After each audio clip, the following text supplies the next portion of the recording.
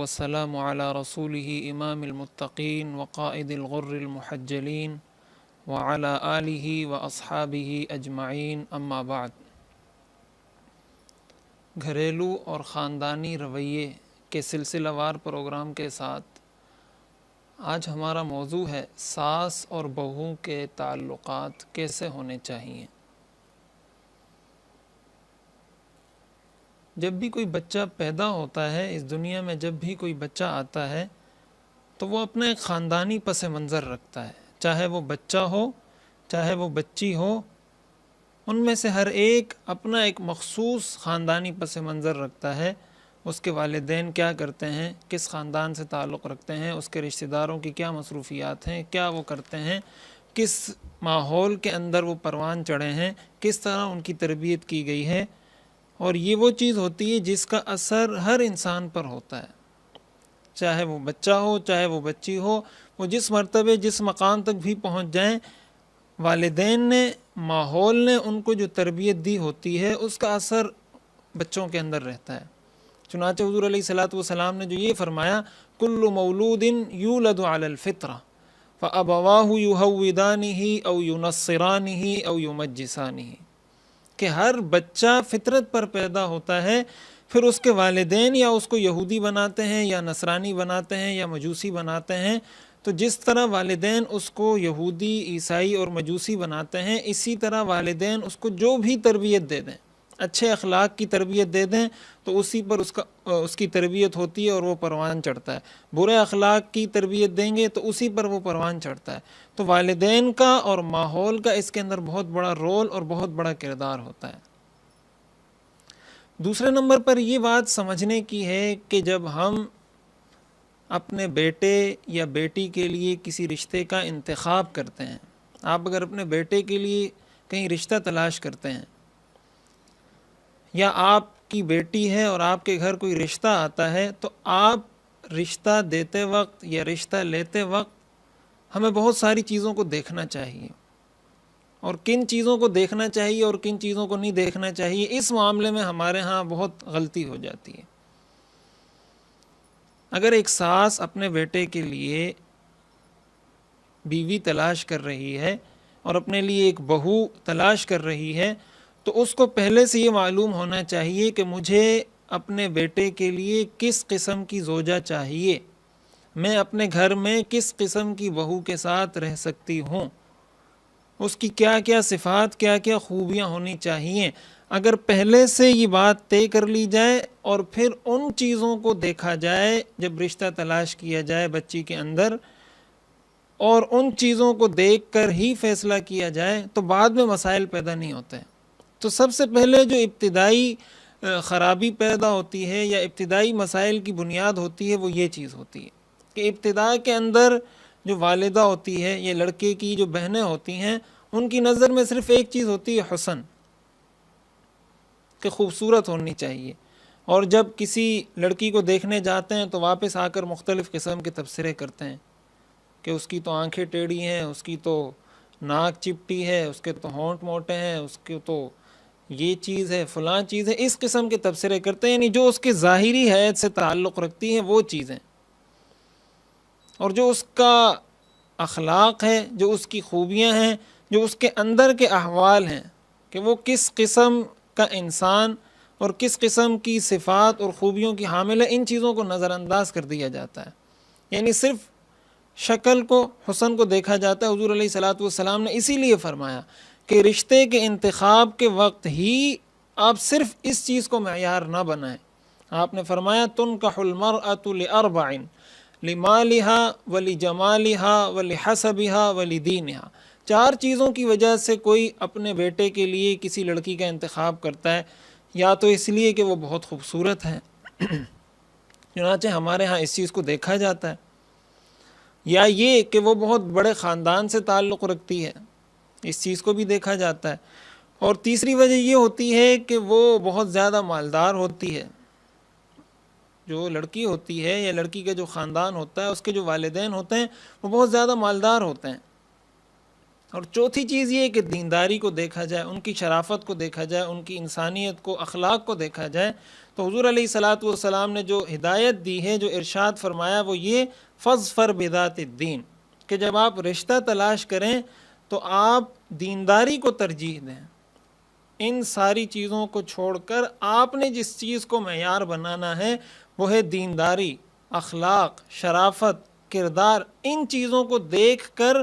اگر کوئی عورت اپنے بیٹے کے لیے رشتے کا انتخاب کرے گی تو اس صورت میں قوی امید اور بہت زیادہ امکانات اس بات کے ہیں کہ بعد میں اس کو کسی قسم کی پریشانی نہیں ہوگی۔ لیکن اگر ابتدا کے اندر معیار دوسری چیزوں کو بنا لیا گیا، چنانچہ روایات میں آتا ہے کہ کوئی شخص اگر کسی حسب کی وجہ سے کسی لڑکی کا رشتہ مانگتا ہے، اللہ تعالیٰ اس کو ذلیل کر کے چھوڑتے ہیں۔ کوئی مالداری کی وجہ سے رشتہ مانگتا ہے، اللہ اس کو فقیر اور محتاج بنا کر چھوڑتے ہیں۔ یہ چیزیں تو دنیاوی چیزیں ہیں، یہ تو کبھی کسی کے پاس کبھی کسی کے پاس، یہ تو کسی کے اچھے اور برا ہونے کا معیار نہیں ہے۔ وما اموالکم ولا اولادکم باللتی تقربکم عندنا زلفیٰ، یہ کوئی اچھائی کا معیار نہیں، اچھائی کا معیار ان کا کردار، ان کا دین ہے۔ تو دوسرے نمبر پر جو بات سمجھنے کی ہے وہ یہ کہ ابتدا ہی سے ہم کوئی ایسی غلطی نہ کریں کہ ہم اپنے لیے کوئی ایسی بہو گھر میں لے آئیں جس کے ساتھ پھر ہمارا گزارا کرنا مشکل ہو۔ تیسرے نمبر پر جو بات سمجھنے کی ہے وہ یہ کہ جب آپ اپنے بیٹے کے لیے رشتہ تلاش کرتی ہیں تو آپ کو یہ بات پتہ ہونی چاہیے کہ اس وقت تک جب تک اس کی شادی نہیں ہوئی وہ ایک بیٹے کی حیثیت رکھتا تھا، ایک بھائی کی حیثیت رکھتا تھا، لیکن اب جب اس کی شادی ہو جائے گی تو اس کی حیثیت میں ایک چیز کا اضافہ ہو جائے گا، اس کی پروفائل میں ایک چیز کا اضافہ ہو جائے گا کہ اب تک وہ ایک بیٹا تھا اور ایک بھائی تھا اور اب وہ ایک شوہر بھی بن رہا ہے۔ یعنی گویا اگر پہلے اس کی دو ذمہ داریاں تھیں، پہلے وہ ایک ذمہ داری بطور بیٹے کے ادا کرتا تھا، ایک ذمہ داری وہ بطور بھائی کے ادا کرتا تھا، اب اس کے سر پر ایک تیسری ذمہ داری بھی آ رہی ہے، اور یہ ذمہ داری ظاہر والدین اس کے لیے رشتہ تلاش کرتے ہیں تو گویا والدین اس بات سے ایگری کرتے ہیں، وہ اس بات کا اقرار کرتے ہیں کہ ہم چاہتے ہیں کہ ہمارے بیٹے پر اس تیسری چیز کی بھی ذمہ داری آ جائے۔ تو جب آپ نے رشتہ تلاش کیا تو آپ کو یہ بات پہلے سے سمجھ آ جانی چاہیے کہ اب اس کا کردار، اس کی محبت، یہ چیزیں تقسیم ہوں گی۔ ظاہر ہے جس طرح جتنی ذمہ داریاں بڑھتی ہیں، جتنے افراد اس کے ماتحت آتے ہیں وہ زیادہ ہو جاتے ہیں، تو اتنی اس کی محبتیں تقسیم ہوتی ہیں، اتنی اس کی ذمہ داریاں تقسیم ہوتی ہیں۔ تو ایک بات یہ بھی سمجھنے کی ہے کہ جب بیٹے کی شادی ہو جائے گی تو والدین کو یہ بات پتہ ہونی چاہیے کہ اب اس نے بطور بیٹے کے بھی کردار ادا کرنا ہے، بھائی کی حیثیت سے بھی اپنا کردار نبھانا ہے، اور ایک شوہر کی حیثیت سے اپنی بیوی کے حقوق بھی ادا کرنے ہیں۔ عورتوں کا ایک نفسیاتی مسئلہ یہ ہوتا ہے، چاہے وہ والدہ ہو، چاہے وہ بیوی ہو، چاہے وہ بیٹی ہو، چاہے وہ بہن ہو، وہ یہ چاہتی ہیں کہ جو مرد ہے اس کی توجہ مکمل طور پر 100% میری طرف رہے۔ اگر بیوی ہے تو اس کی خواہش یہ ہوتی ہے کہ میرے شوہر کی مکمل توجہ میری طرف ہونی چاہیے، اور اگر وہ شوہر کی والدہ ہے تو اس کی خواہش یہ ہوتی ہے کہ میرے بیٹے کی پوری توجہ میری طرف ہونی چاہیے، اور بس جیسے میں کہوں، جیسے میں چاہوں، جیسے میرے دل میں خواہش پیدا ہو اسی طرح اس کی یہ ساری زندگی بسر ہو۔ یہ ہر عورت کی فطری خواہش ہوتی ہے۔ اب ایک تو انسان کی فطری خواہش ہے،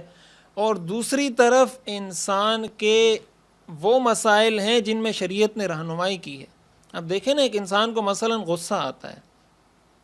اب غصہ آنا ایک فطری امر ہے۔ کسی کو اگر غصہ آتا ہے تو شریعت نے کسی کو یہ نہیں کہا کہ آپ غصہ نہ کریں،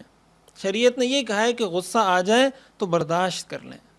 غصہ اگر آپ کو آیا ہے تو کسی ایسی جگہ پر، کسی ایسے شخص پر آپ نکالیں جہاں پر شریعت نے اجازت دی ہے۔ آپ میدان جہاد کے اندر جا کر کافروں کے خلاف اس غصے کو نکالیں، اپنے مسلمان بھائی کے خلاف اس غصے کا اظہار نہ کریں۔ تو اسلام فطرت کو مسخ نہیں کرتا۔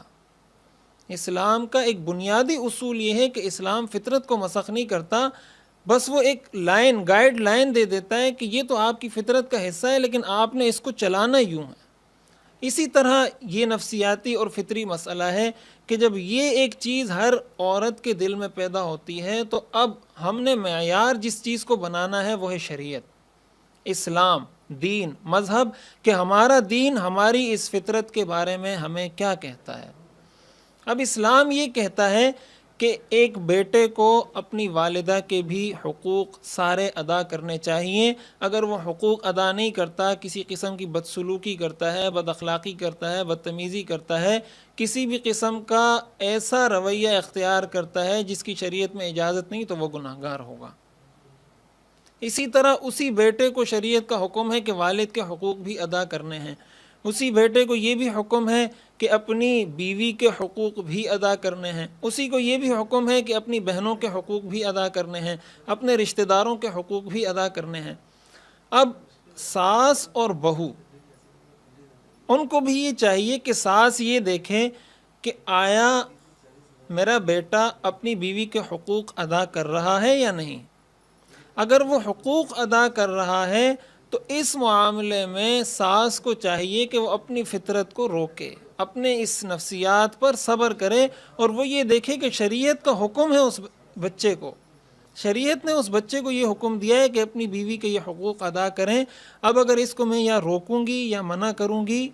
تو اس کا مطلب یہ ہوگا کہ میں نے اس کو ایک فریضے کی ادائیگی سے روکا، اور ظاہر ہے کہ ایک فریضے کی، ایک نیک کام کی، ایک مسلمان کا حق ادا کرنے سے اگر کسی کو روکا جاتا ہے تو یہ گناہ کا کام ہے۔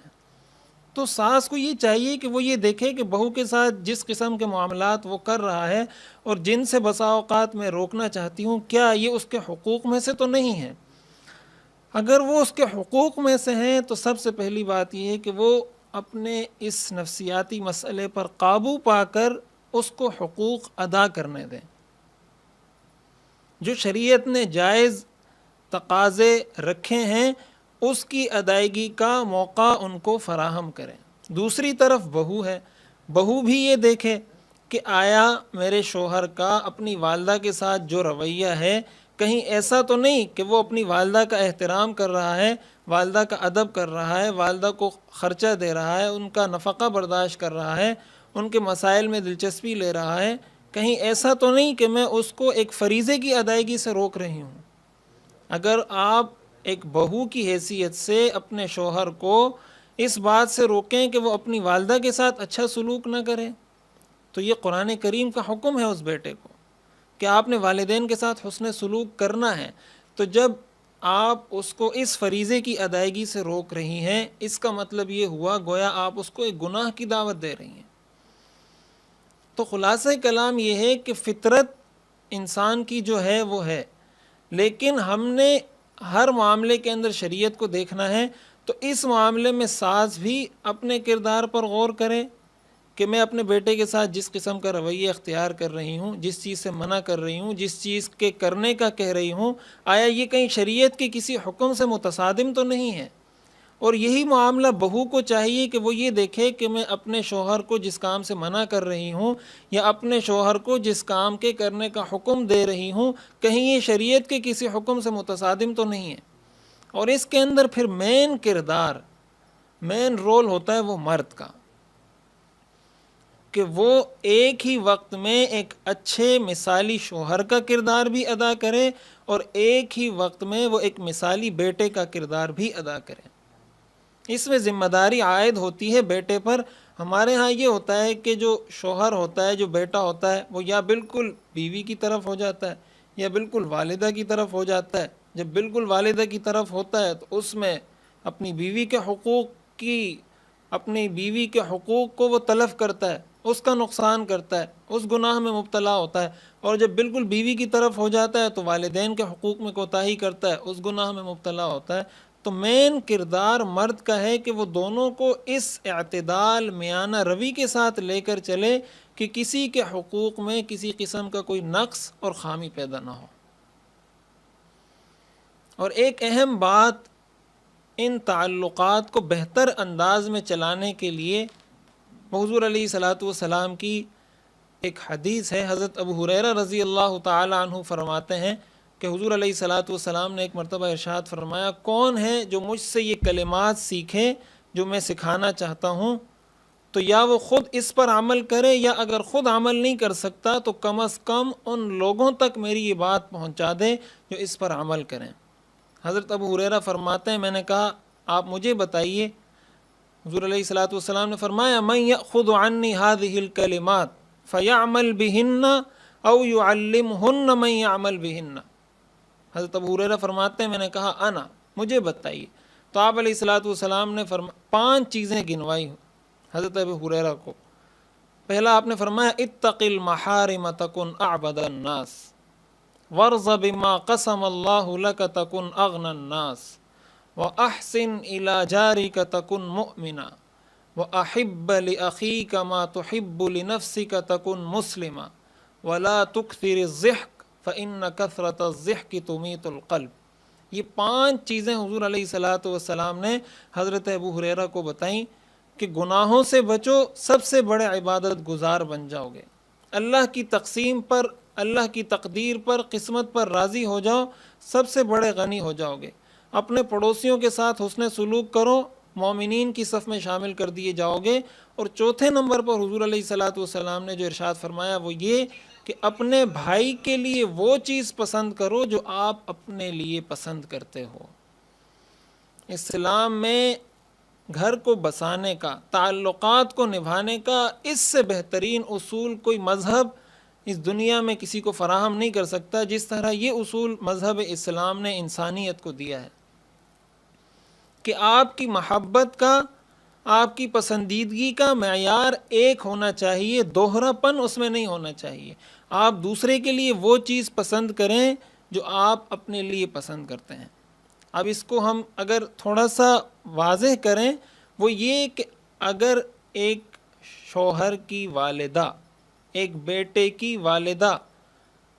اگر اس کی کوئی بیٹی ہے اور اس کا نکاح ہو جاتا ہے، وہ کسی دوسرے گھر جاتی ہے، تو اس والدہ کی کیا خواہش ہے کہ میری یہ بیٹی اپنے سسرال میں کس طرح رہے،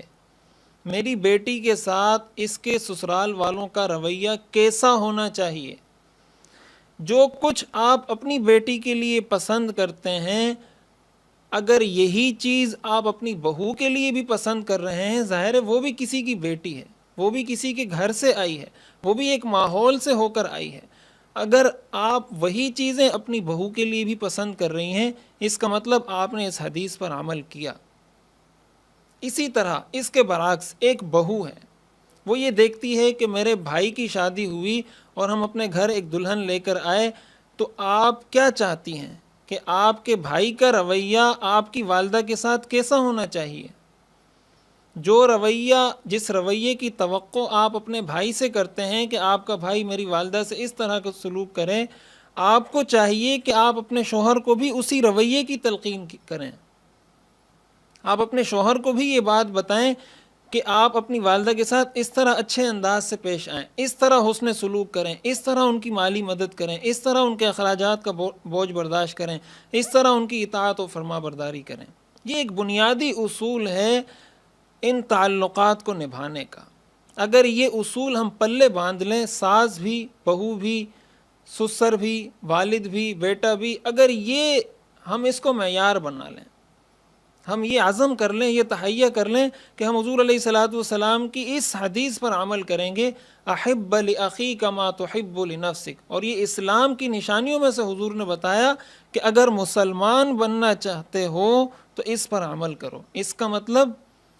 کہ وہ شخص، اسی طرح حضور علیہ الصلوۃ والسلام نے دوسری حدیث میں فرمایا لا یؤمن احدکم حتی یحب لاخیہ ما یحب لنفسہ، کہ کوئی شخص اس وقت تک مومن نہیں ہو سکتا جب تک وہ اپنے دوسرے مومن بھائی یا بہن کے لیے وہ چیز پسند نہ کرے جو وہ اپنے لیے پسند کرتا ہے۔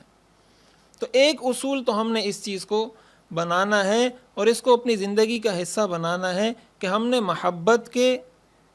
معیار، پسندیدگی کے معیار جو مقرر کیے وہ ایک ہونے چاہیے، اس کے اندر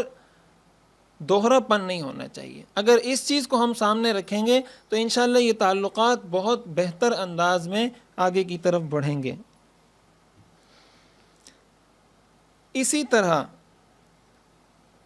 بعض گھروں کے اندر یہ دیکھا گیا کہ اگر کچھ انتظامی پابندیاں کسی گھر میں ہوتی ہیں، کچھ انتظامی مسائل کسی گھر میں ہوتے ہیں، بہت ساری چیزیں ایسی ہوتی ہیں جو شریعت میں جائز ہوتی ہیں۔ مثلا آپ دیکھیں، اگر ایک موبائل کا استعمال ہے، جائز حدود میں اس کا استعمال کیا جائے تو جائز ہے، لیکن بہت سے تعلیمی اداروں کے اندر آپ جائیں تو وہاں آپ کو یہ نوٹس لگا ہوا ملے گا کہ کسی طالب علم کو موبائل استعمال کرنے کی اجازت نہیں ہے۔ اب اس کا مطلب یہ نہیں کہ موبائل کا استعمال کرنا ناجائز ہے، بلکہ یہ ان کی ایک انتظامی پابندی ہے، ایک انتظامی مجبوری ہے۔ وہ سمجھتے ہیں کہ ہمارے ادارے کا نظم و نسق اگر ہم یہ پابندی لگائیں گے تو بہتر انداز میں چل سکے گا۔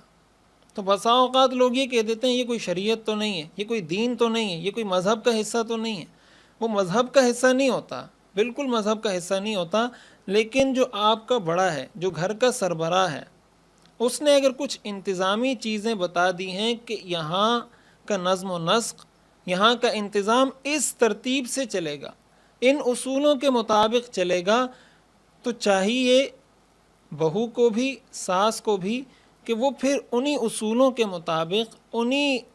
اصولوں اور انہی قواعد اور ضوابط کو مد نظر رکھتے ہوئے اپنی وہ زندگی بسر کریں۔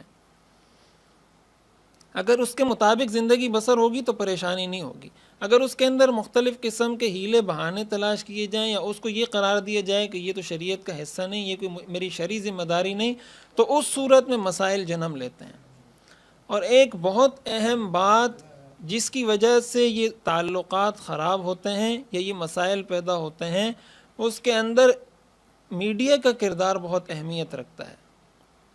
میڈیا کا کردار اس لیے اہمیت رکھتا ہے کہ جب ایک بچہ گھر میں پیدا ہوتا ہے تو وہ شروع سے اگر اس قسم کے ڈرامے دیکھ رہا ہو، ایک بچی شروع سے اس قسم کے ڈرامے دیکھ رہی ہو کہ ساس اور بہو کی تو کبھی بنتی نہیں،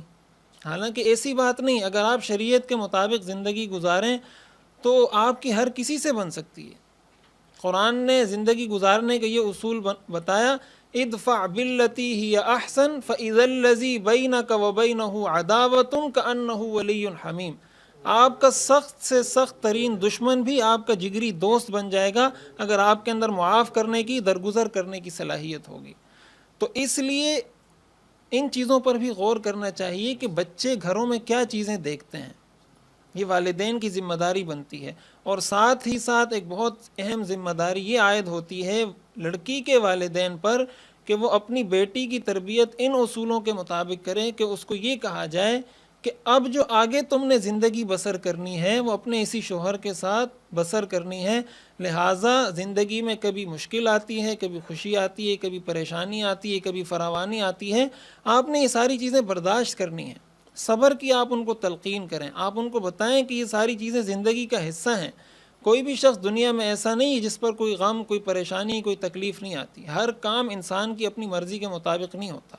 جہاں پر والدین اپنی لڑکی کو، اپنی بیٹی کو بے جا سپورٹ کرنا شروع کرتے ہیں، ایک تو یہ ہے کہ کوئی شرعی معاملہ ہے، شرعاً اس کا کوئی حق دبایا جا رہا ہے، کوئی ایسا معاملہ ہے، لیکن بے جا اگر آپ سپورٹ کرتے ہیں اس صورت میں گھر اجڑتے ہیں، اس صورت میں گھر خراب ہوتے ہیں۔ تو والدین کی بہت بڑی ذمہ داری عائد ہوتی ہے، چاہے وہ لڑکی کے والدین ہوں، چاہے وہ لڑکے کے والدین ہوں، کہ وہ اپنی ذمہ داری پوری طرح سے نبھائیں اور کوئی ایسا رویہ اختیار نہ کریں جس کی وجہ سے ان کی اولاد کے گھر خراب ہوں۔ اللہ تعالیٰ سے دعا ہے کہ اللہ تعالیٰ ہمیں اپنے تمام امور کے اندر شریعت کی مکمل پابندی کرنے کی توفیق عطا فرمائے۔ وآخر دعوانا ان الحمد للہ رب العالمین۔